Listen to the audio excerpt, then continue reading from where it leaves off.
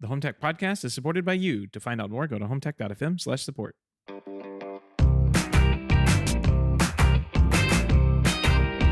This is the HomeTech podcast for Friday, October 2nd. From Sarasota, Florida, I'm Seth Johnson.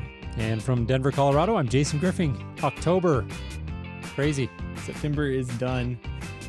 October is here. We got some good weather down here this morning. It was, get this, Jason. It was like 72 or something when I woke up. 72. Nice. Yeah, and dry. We don't get that very often, so you kind of have to appreciate it when we had to get out and get some fresh air after that invigorating presidential debate, I presume. Yeah. I have a quick question. Anybody know where I can get a good mute switch for a microphone? Yeah, I hear they make them. Yeah, we're actually experts on these. Yes, there you go. I've got one right here. It's a button. Yeah, that's the Rolls. They make a button one which sits on your desk, which is really nice. And they have one that's like a foot pedal too, which I like using both of them. Yeah, I don't care what side of the aisle you sit on. That was a train wreck. Yes, it was. I think maybe just like having a two separate, like, those game shows where they put the like headphones on and put them in their own isolation booths. Yeah, and then totally, and just put both of them in an isolation booth with a microphone and a headset on, so they can just hear each other in the moderator, and that's it. And then I guess hard cutoffs at your 2 minutes. You're cut off. Yeah, he's got a clock just counting down. Yeah. We there are solutions. I know. I feel like we figured this out in the world of TV game shows. Fast forward, I don't know, 100 years, and we'll probably be doing like Survivor presidential run 3048. That'll be it. So yeah. Well, it was entertaining, if nothing else, in a very uninformative way. Yes. I genuinely would like some good old-fashioned debates to come back, other than the like going for the old sound bites and what looks good and that kind of thing doesn't really work for me. Yeah. So I want to see some substance. It was tough. Yeah. It was tough to watch. Speaking of uninformative, why don't we try to turn that around, Seth, and let's put out a nice informative episode of the HomeTech podcast this week. Just you and me. Busy week. Amazon and Google both had events. We've got a couple of other headlines as well. So what do you say we jump into those? Let's do it. No mute switches needed. Yeah. Well, don't speak too soon. We're going to move right into the Amazon event. We want to start there. There was a whole bunch of news that came out of this, and we're going to go through these from top to bottom here, saving the best for last, Seth. Drones. Yeah, we got to get to that. We'll get there. Yeah. It's bonkers. But starting out, spherical echoes. So they totally redesigned the look of these echoes. I don't know if I like it. I mean, it's definitely different. Kind of feels like they're trying to make it more of a conversation piece, certainly than before. The design looks a lot more, I guess, eye-catching is a good word for it, relative to what they have today, which I would describe as more utilitarian. But I think the biggest thing, like sort of putting the aesthetics of this device aside, the thing that I found interesting was the emphasis on smart home functionality. They've got Zigbee support, as well as Amazon's Sidewalk bridge, which I think we talked about Sidewalk in passing years ago, a while back. Yeah. But yeah, for those of you who may not remember, that's a wireless communication standard that, as I understand it, is a fairly non-technical person here, is a wireless standard that Amazon devices use to communicate with one another. And this can act as a Sidewalk bridge. Has some sound enhancements as well. But yeah, I think the Zigbee and the smart home additions there were probably, to me, the most interesting component. Well, the Sidewalk is, I think it's like a low frequency type thing, where the use case they initially had come up with was like you'd put a tag on your dog or something, and all of the devices like the Echoes would have this sidewalk technology built into them. And if the dog is outside of somebody's home a few blocks away, it would register with their Amazon, and you'd be able to find, oh, the dog is 2 blocks away. I need to run over there and get him. So Right. yeah, I'm not a big fan of the sphere thing. The lady in a little soccer funky. ball, I guess we're gonna have to call her. I don't know. It's really strange looking. It'll grow on you, Seth. They should have renamed it Marvin. Do you remember what's the Hitchhiker's Guide to the Galaxy with the there you go. depressed robot? Yep. Yeah, it looks like, it reminds me of his head from the movie there. That's good. It's good. They got a new Echo Show as well. This one, I kind of think this is a neat feature. I still haven't pulled the trigger on one of these smart displays. And I actually like, they've got a feature built into this one where it has a motorized base, and it'll follow you around the room. So if you're watching, I guess, videos on it or whatever the case may be, I could see that being kind of useful because it is a pretty small screen. So if you get off axis of that screen, it could be hard to see what you're looking at. So to have this device kind of tracking with you around the room, I think is pretty interesting. Not a bad idea. That reminds me of the feature that the Facebook portal has, where it has a higher definition camera that can kind of like track you around the room wherever you are and you're talking, rather than doing this mechanical thing they built into the camera. But that brings up another thing. By the way, I've been searching for someone who has a Facebook portal. I'm still putting it out there because it's been years that I've been asking this question. If anybody has seen a Facebook portal in the wild, please let me know. Please let me know. Pictures or it didn't happen. I'm going on like rumor now. I have not found, these things have to exist. They have to exist out there. I have never You're right. personally Yeah, I've never come seen across one either in the wild. And I don't know anybody else that has either. So I would really like to know where these things are going. Oh, just Best Buy and that's it? Do they just go unicorns? I don't know. Yeah. This is a good idea though. I like the rotating screen. If it does a good job of following you around, it just doesn't randomly start pivoting around the room. Like you sit there and watching something on the screen and it just starts rotating in a different direction than you aren't. I could just see it being, it's Amazon. They do fun stuff like that. Yeah. Here's another one, Seth. Interesting move. Not a surprising move, but interesting to see Amazon getting into cloud gaming. Luna. Yes. So they've got Luna Cloud Gaming with a controller that you can buy with it. We don't talk a lot about gaming here on the show. It is an area that I've been reading up a little bit about recently and just getting up to speed with cloud gaming in particular as a business and the state of the technology there. And I think cloud gaming in general has quite a ways to go. There are some limitations there as I understand it from more of like a hardcore gamer perspective. When you start getting into the more intense first person shooters and multiplayer things like that. But I think it's an interesting category, and the fact that with cloud gaming you can play games on these tiny little devices that are very, very inexpensive and have almost no onboard processing power relative to something like a PlayStation 5 it's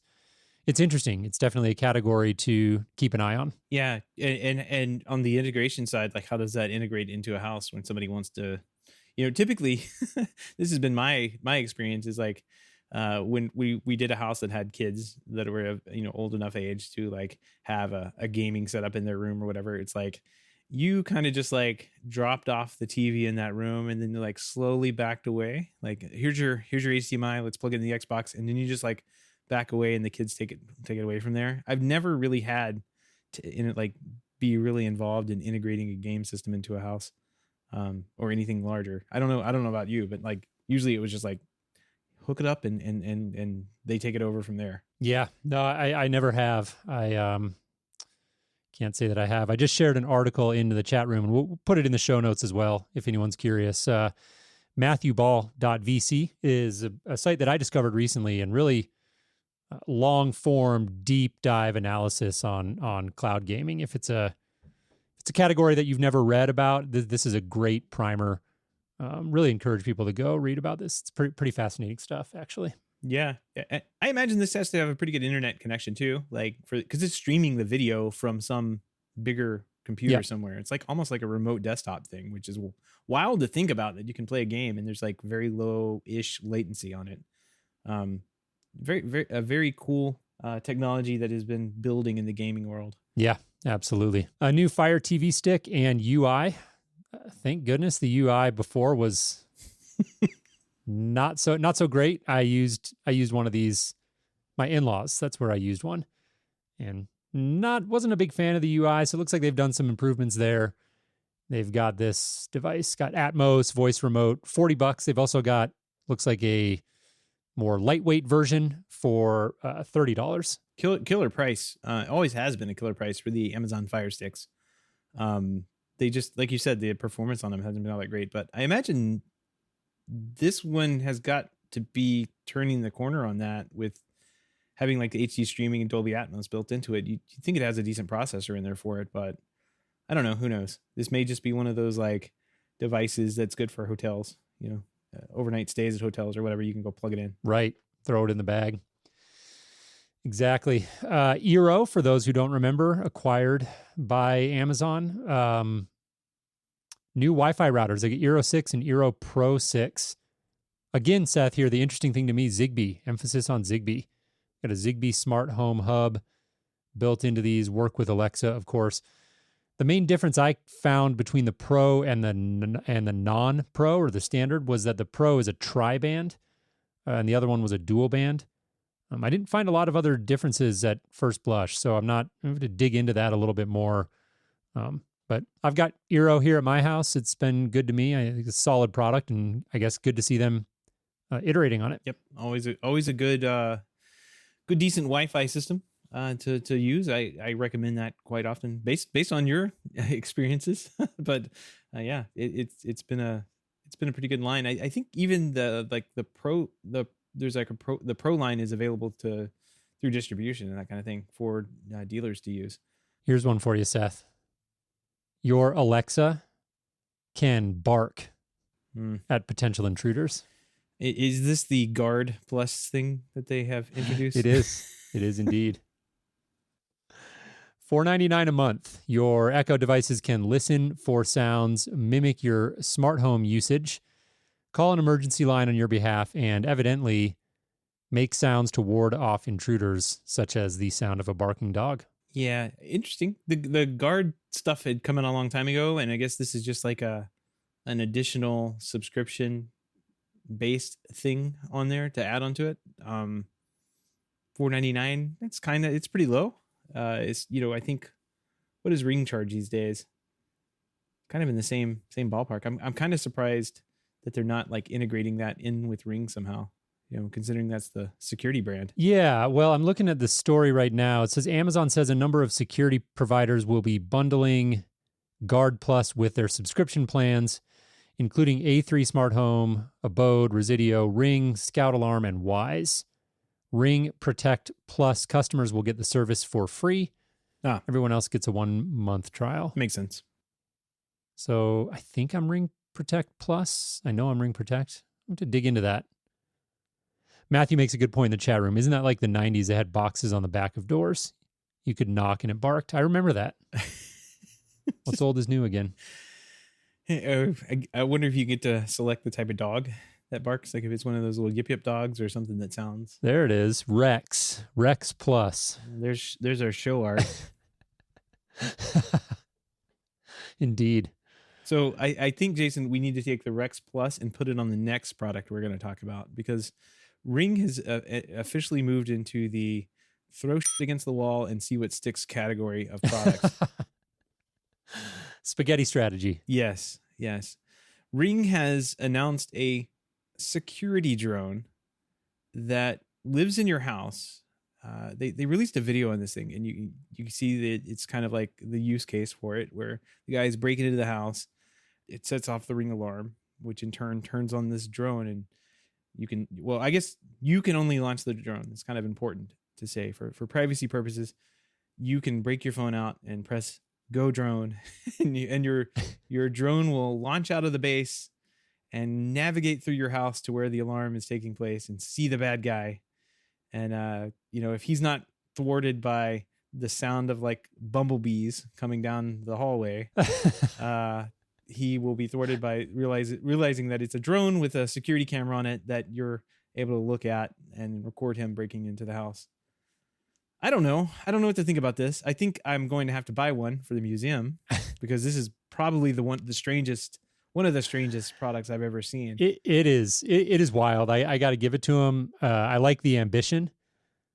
I don't have a use case for it. I mean, when we travel, I've mentioned this on the show, I've got little Wise cameras that I bought enough of them that I can cover all the areas I need. We have a fairly small house, but I mean, I get it. I think it's a neat idea for particularly if you're going to be gone for a while and you don't have, if you have a bigger home and you don't have enough cameras inside and you do want to be able to keep an eye on things all around the house while you're gone. It's cool. I mean, it's a cool gadget. I don't know how useful it is for most people, but I like that they're pushing it. I like the ambition, and I just think it's neat. I think it's neat that they were able to engineer this. I wonder how well it actually works. Does it ever have trouble getting back to the base? I think that's pretty standard kind of functionality for drones at this point. They're pretty good at getting around. So I would imagine that works pretty well. But one thing I saw that I was surprised by was that it said the camera is blocked when it's in the charging base. So it doesn't function as a camera when it's sitting on the charger. Right. And I thought that was surprising. I mean, I'm not sure if that was a design thing that they had to sort of sacrifice on, or if that was deliberate. But like, while this thing's sitting on the charger, it's effectively worthless. Yeah, it's just a charging, like it's almost like one of those charging vacuum cleaner things, right? Yeah. But you know what's funny? The most of the pushback I've seen from that is on the internet is, no way am I putting a Ring camera inside my house. But Ring already has made cameras for years that could go inside the house, and this is the least obtrusive. Like if you were worried about having a Ring camera viewing in your house, and like you had this versus the the camera that the single camera, I forget what they're called, Ring camera that you can just put into your house, stick up cam or something, you would know when this one worked because it's going to sound like a swarm of angry bumblebees is cranking up in the living room and following you around. It's a fair point. Yeah. If you're walking around, in your birthday suit and you hear the bumblebees coming, it's like, oh no, Amazon spying on me. But if you're doing that and you have the stick up cam, you never know. You'll never know if they're spying on you. Yeah. That's interesting. Are people like particularly sensitive to Ring? Yeah. Is it? Yeah, I think it's there. Okay. I mean, it's better. They've had some privacy concerns with the.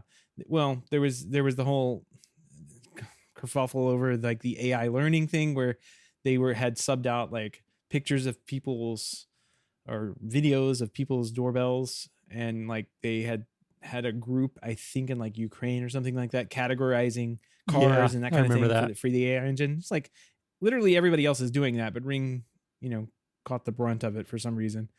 And I don't know, they've had some issues with basically turning over data to law enforcement a little bit easier than some people would like. So I don't know. I think for the most part, they're they've done an okay job of either responding to those privacy issues or, having a good reason, especially in the case of the AI stuff. It's like that is industry's practice. It may just not have been well known for people outside of people, expecting the doorbell just to be existing for them and not really reading the fine print that they're, when they're saying, I agree to whatever, the end user license agreement when they sign up for the app. So Eddie in the chat room says, want to put one of these in our warehouse.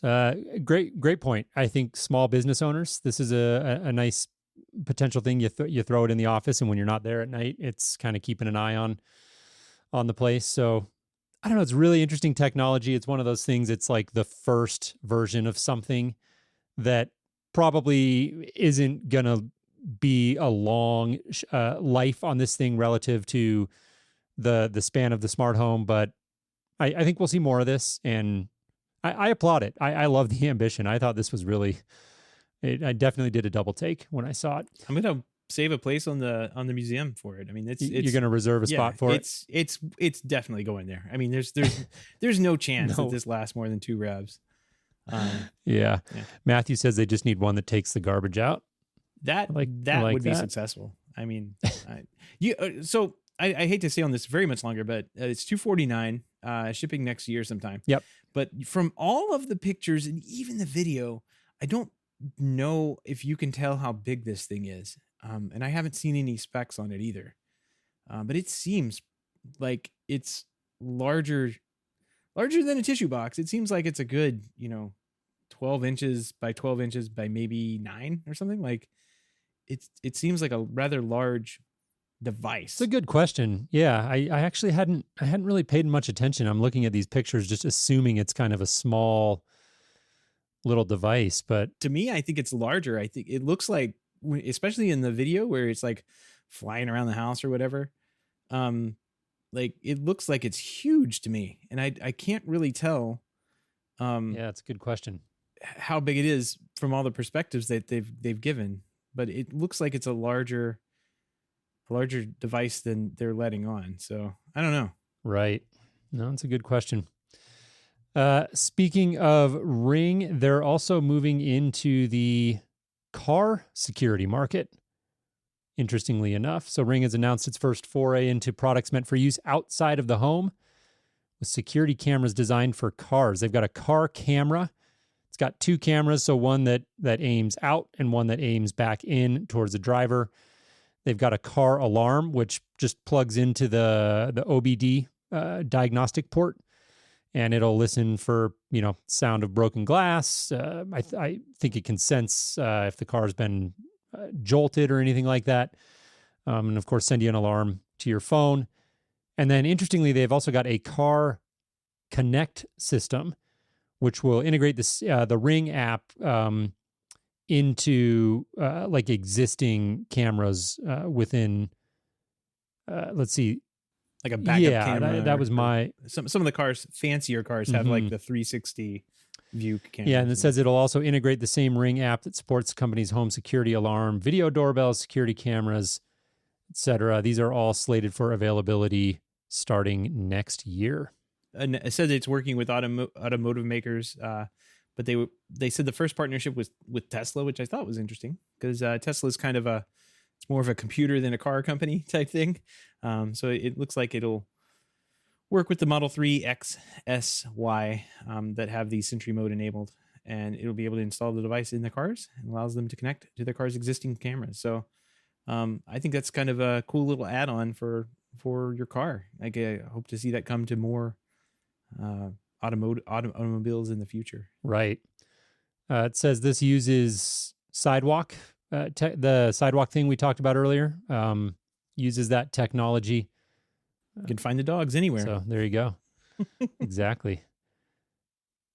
Interesting. I think it's a logical move for Ring. I suspect they'll see success with this. A lot of people want security in their cars and may not want to go through all the trouble of getting a fully installed car alarm. You can just pop this thing into your diagnostic port and there you go.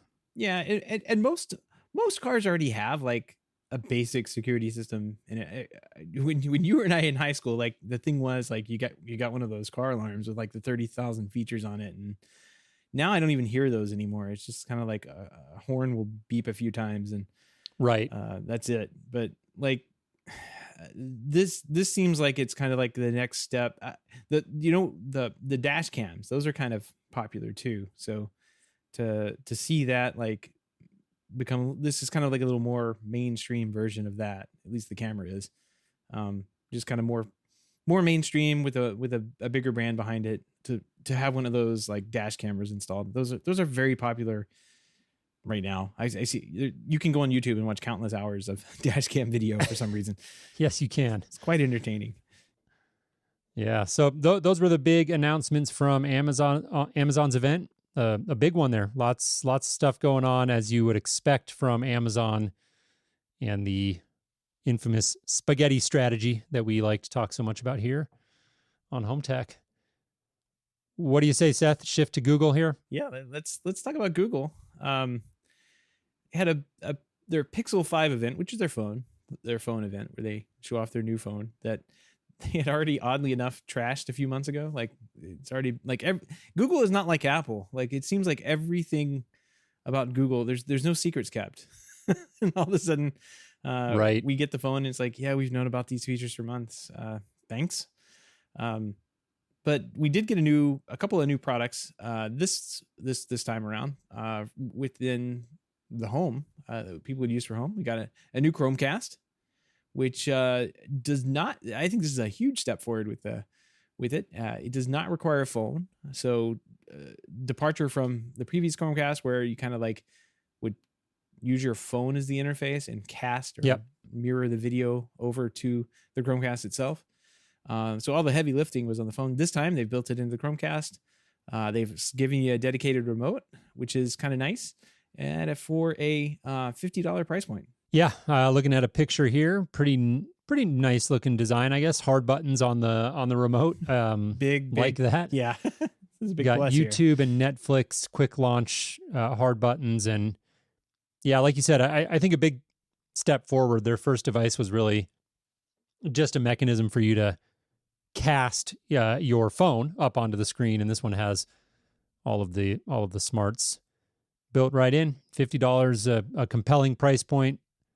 Obviously, a very option-rich environment now when you're looking for streaming devices, but this looks like one that you should consider if you're in the market. I got to say, this one looks very compelling. I mean, just having the YouTube and Netflix built in, plus all the other stuff you can do with it.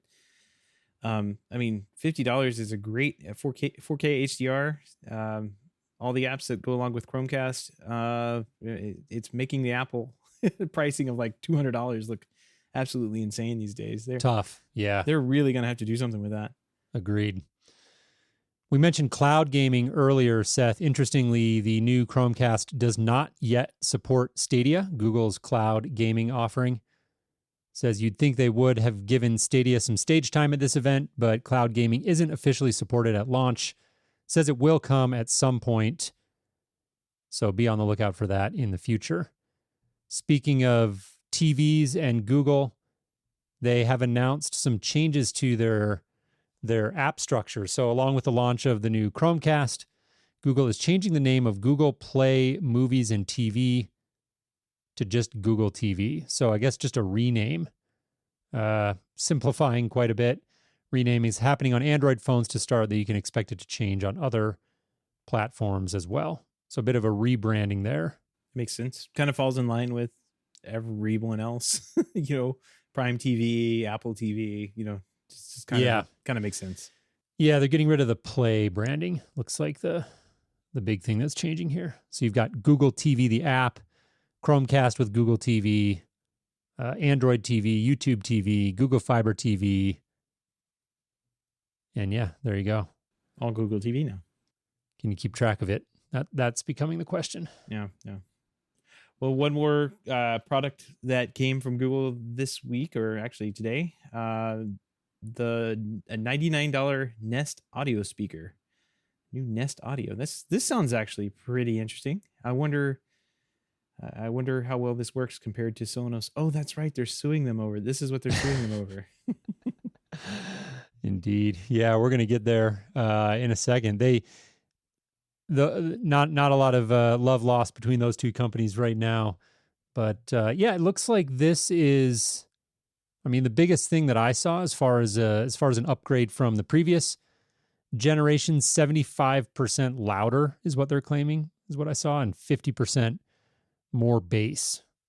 So it looks like some significant improvements in the audio quality on this device. And yeah, this is another one, like you said, Seth, it's been leaking around. We've known this is coming. So I think Dave Zatz was over this a couple weeks back. But what's interesting is these colors that they have introduced here. I don't know if you've seen the gray, green, pink, blue. Like, these are like the same colors as the new iPads are. Like those new iPads from these are almost exact same colors. I would be shocked if they're any different. But you could get a new iPad to match your Nest Audio smart speaker, which is kind of There you wild. go. Yeah, interesting. Very very pastel. Yeah, and they're shaped oddly, I guess. I don't really like what do we come to expect out of a smart speaker these days? I'm not sure. Like the Amazon one is an orb now, like an orb with a glowing thing on the bottom. And this one is this one's hard to describe. It's like an eraser head that I don't know. Very strange looking. Yeah, Matthew's saying possible Sonos killer. I'd Be agree. interesting, man. I'd agree. Like this could be a Sonos killer, especially at a $99 price point. Having a company like Google behind it, you can pair multiple units into stereo. You can do the rooms on and off, built in with Google's audio services like YouTube. Could be for the right people, for the right person. Rashid, we're a family show. Rashid, he's speaking about the shape. It's a very very large. Okay, whatever floats your boat, Rashid.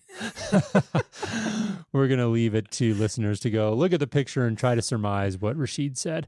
I'll tell you what, send me an email, and if you guess it right, we'll come up with some sort of prize for you. We've got stickers. I've had stickers forever. I've never offered them up as a prize. So, there you go. We've got some HomeTech stickers. So if you're listening to this show and you want to go look at the new Google speaker and guess what Rashid said it looks like, email us feedback@HomeTech.fm and we've got a sticker for you. Eddie, don't encourage this. And we'll add on to this contest. Give us a good name for what this is. That's not what Rashid said that we can actually say on air. And I'll send you a sticker as well. Oh, that's funny. Oh, wait, sorry, not the speaker? Now I'm just confused. Now I'm confused, yeah. I think the speaker looks like... Well, anyways, we'll go with it. All right. Watch that today. Speaking of no love lost here between Sonos and Google, shifting gears a little bit, Sonos filed another patent lawsuit against Google, alleging that the search giant is infringing on 5 wireless audio patents across the entire line of Nest and Chromecast products. Sonos filed its first patent lawsuit against Google in January. In California, the federal case has been put on hold. This new one, Seth, apparently filed in the Western District of Texas, which evidently is an emerging patent lawsuit hotspot. Good old Texas, yeah. So there you go. The feud continues. Man, I don't know. I don't know what's going to happen here. This is one of those. It doesn't tell me that Sonos is doing any good by filing it in Texas, especially the Eastern or Western District of Texas. It's notorious for these patent troll type lawsuits that the courts are all kind of like stacked up to bring in money into the local economy and that kind of thing. So it's kind of discouraging. But will be interesting to see what happens over time if these guys probably end up settling with some kind of money changing hands. It's kind of sad. It's sad to see Sonos doing this kind of thing. Yep. Google, of course, says it will fight back. So hopefully the companies can. So far, this has not impacted consumers in the sense that the services on Sonos haven't been interrupted, but we'll see. Time will tell. And our next big virtual event on our calendar, we've got Google and Amazon out of the way. I think the next big one is going to be SnapAVs, which they're calling Snap Pro Live. Got a little bit of information on when this was going to happen. It looks like it's going to start 2 p.m. Eastern, the one true time zone, on Tuesday, October 13th, with a keynote presentation. You had to get that in there. Of course I did. With a keynote presentation from John Heyman and other members of the company's executive team. So looks like they're going to be doing some of their big announcements there. SnapAV, Control 4, pretty absent-ish on their, updates at the Cedia virtual expo thing. So I'm guessing they kept their powder dry for an extra couple weeks here. Indeed. And they're going to give us something fun to play with here in October. Yeah, they're promising a new smart home product, whatever that means, according to strategy.com here. So keeping us in suspense.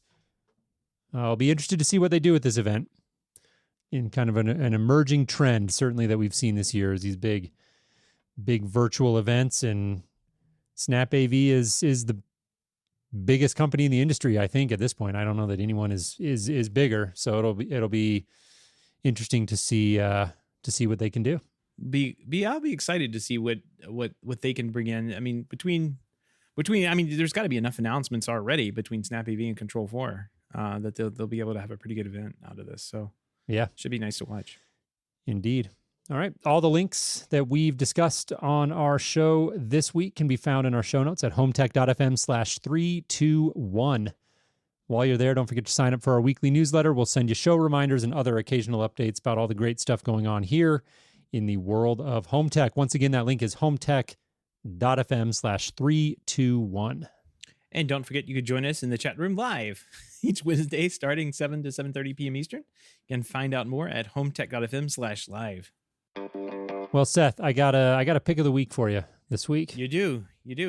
All right. So this is a common problem now in the day and age of COVID. We are all, I mean, for me, this is nothing new. Let's be honest. I've been working from home full time for like 3.5 years, but I've certainly become more cognizant of the challenge now that I'm on video conferences all day long with a lot of people who haven't been on video conferences for 3.5 years. And lighting is a big thing. And if you're on a lot of these calls, particularly important ones where you're dealing with clients and you want to put your best foot forward and not look like, I don't know, maybe you just rolled out of bed because maybe you just did. I don't know. In any event, Lume Cube. So I was looking for just like an easy lighting solution. I didn't want to spend a whole bunch of money. And this was, I think, $50, maybe $60. And it's a little device about the size of like a deck of cards, roughly. And it comes with really strong like suction cup. So you can stick it to the back of, I've got it stuck to the back of my monitor here. And then this one's nice because it's got adjustable brightness as well as adjustable color temperature. So you can change the temperature of the color to get either that warm or the cooler color, depending on your preference there. So really inexpensive investment, charges of, as you would expect, just with like a USB cable, and it holds the charge for quite a while. I mean, I've had days where I'm on calls pretty much the whole day, 6-7 hours, and it'll last on a charge pretty easily through that. So you don't have to have it plugged in all the time. I just charge it every day or two. It's been a good investment. Nice. These aren't these. Well, Lume Cube, I'm familiar with them for the actual cubes that they sell, which are their little. I was not aware that they were doing these little panels like this. So that's really cool. And the panels are a lot less expensive than their LED lights. Like I'm familiar with they're about GoPro size cubes that have these super bright-ish LED lights on them that you can use for pretty much the same thing. But they were used in like photography and video to like do some pretty cool lighting effects. You know, they can highlight a specific thing or put some light on something that you want. And it's since it's so small, the size of a GoPro, it's very portable and you could like move it around. So this is really cool. $59. They start at $59 for the Panel Mini, and it looks like it goes up to $99 for the Panel Go.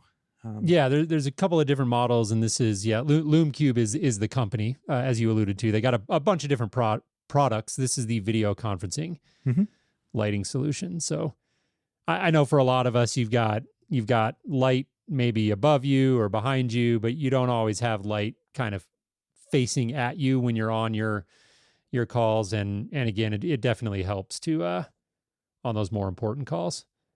When I'm with my coworkers, it's like, you know, turn off the lights and yeah. You don't want to see me. Right. There's a bunch of video tricks that you can do for video conferencing. Maybe we should put that as like one of our to-do talking things, because lighting's not the only thing.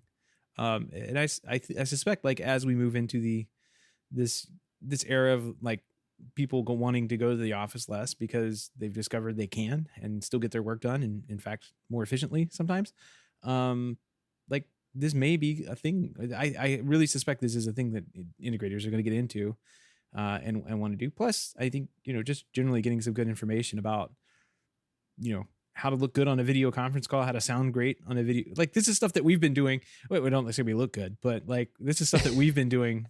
I wouldn't go that far. Yeah.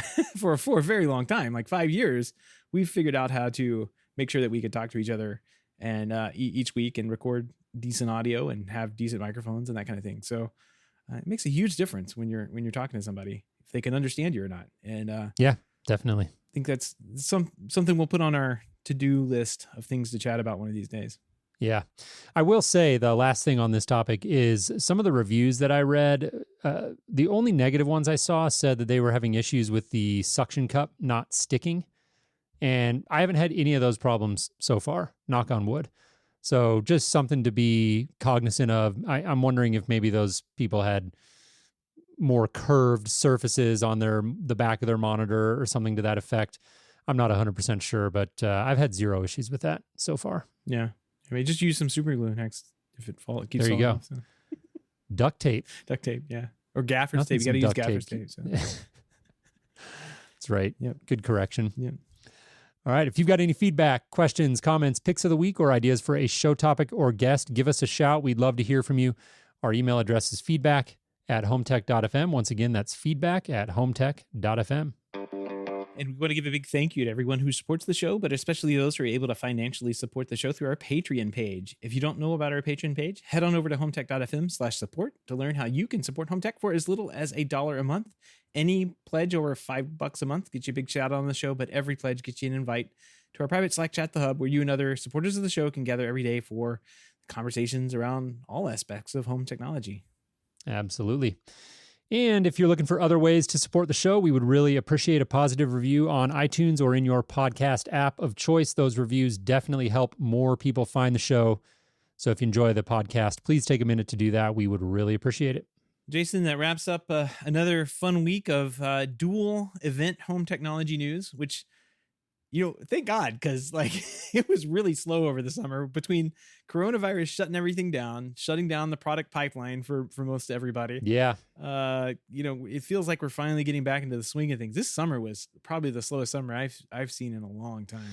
Yeah, it definitely everyone kind of was reeling a little bit from COVID, and it does feel like things have picked up momentum again. So we're into event season, and everyone's, for better or worse, adjusted to this new normal, and looking forward to the months ahead. We're coming down the home stretch of 2020. Hard to believe. Oh, thank God. I mean, really, just end this year, put it out of its misery. It's yeah, just, no kidding.